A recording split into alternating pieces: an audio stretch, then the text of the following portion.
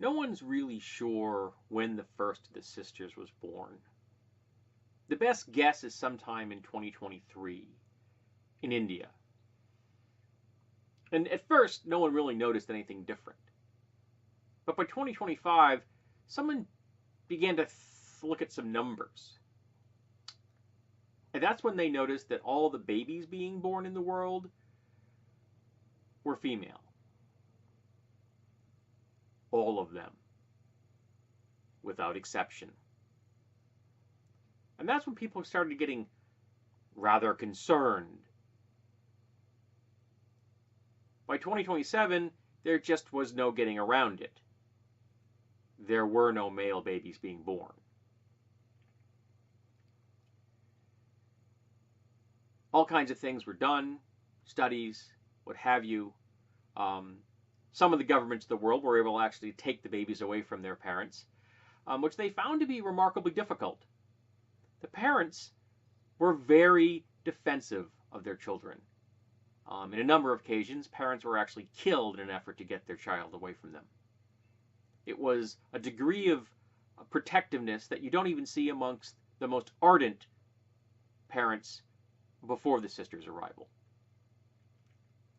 But no matter how much they poked and prodded, and some of the governments were less gentle in their poking and prodding, they couldn't find anything different about the sisters. We didn't look in the right places or in the right ways. And in the more enlightened parts of the world that weren't willing to kidnap and dissect living humans, the sisters grew up. And they were just ordinary kids. They did appear to be a little closer to each other than with other types of friend bondings in the past. But some of that could be the fact that, let's face it, they were ostracized by a lot of people. The only people that really seemed to love them a lot were their parents. Governments were nervous. And the whole world just kind of sat around and tried to figure out what was going to happen next. And then sometime around 2043 or 44, the first of the sisters gave birth. Now, no one particularly thought that was strange. I mean, 20-year-olds do have babies. But any of the people they were going to mate with would have been considerably older than them. And a number of them said categorically that they hadn't had sex. And for the most part, people believed them. Some churches were all excited about this, thinking it was an immaculate conception. A few cults popped up, and a whole lot of people were just even more afraid. And then every single sister that got pregnant gave birth to another girl. And the world just kind of sat back and didn't know what to do. The sisters got older, and at 25, they got pregnant again. And then at 30, and at 35.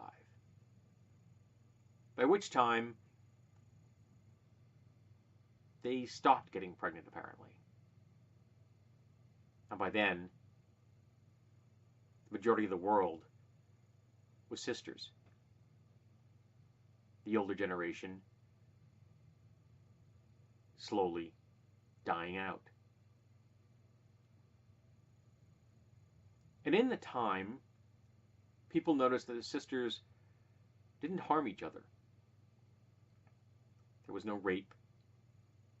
There was no violence. No murders.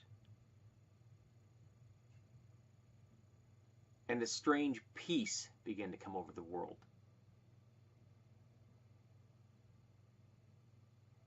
But some fought against this.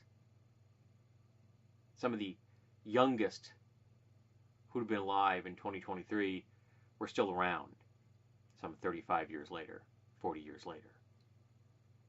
And there were terrorist attacks and desperate attempts for science to figure out a solution, to bring forth another generation of men. Some tried to impregnate the sisters with remaining sperm supplies, and some were successful. And every child was a girl.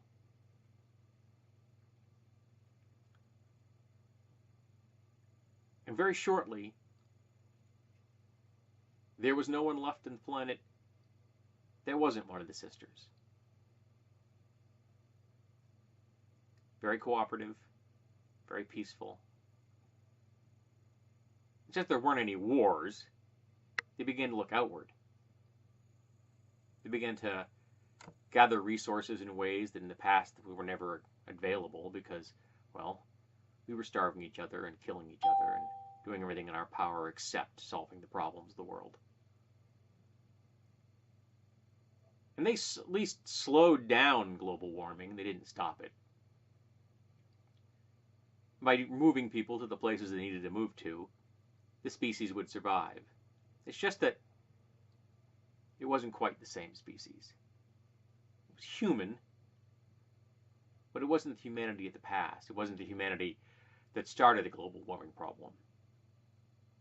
It was a world of sisters, all creeds and colors, variety all over the world, getting along just fine.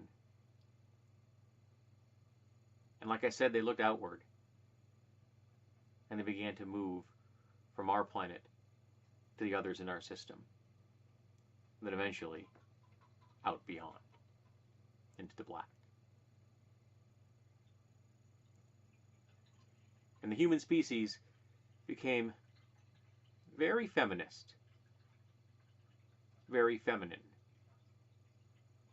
a cistern as opposed to a brethren.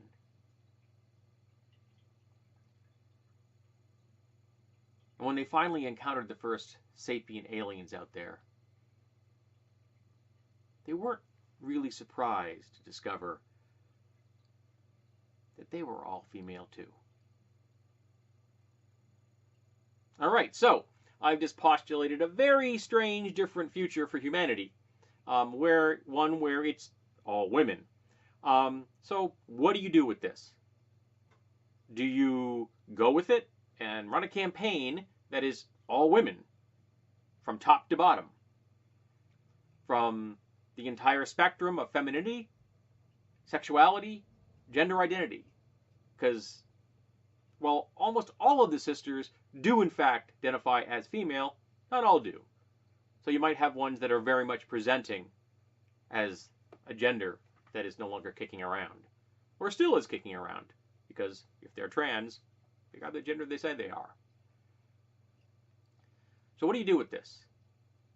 Since there is no conflict within the species any longer, and maybe no conflict between species in the future, is there still motivation for exploration, for discovery, for adventure? Can you have a campaign built around this? Have I just postulated the ultimate narrative game, which is kind of funny because I don't like narrative games? So tell me, what would you do with this? This is an idea that's just kind of floated into my skull the other day. Can't say that I thought about it too deeply. I just kind of like the idea of parthenogenesis becoming the default aspect of humanity. So let's talk about parthenogenesis and the sisters and a very different future for humanity. And if a campaign can even be built around it.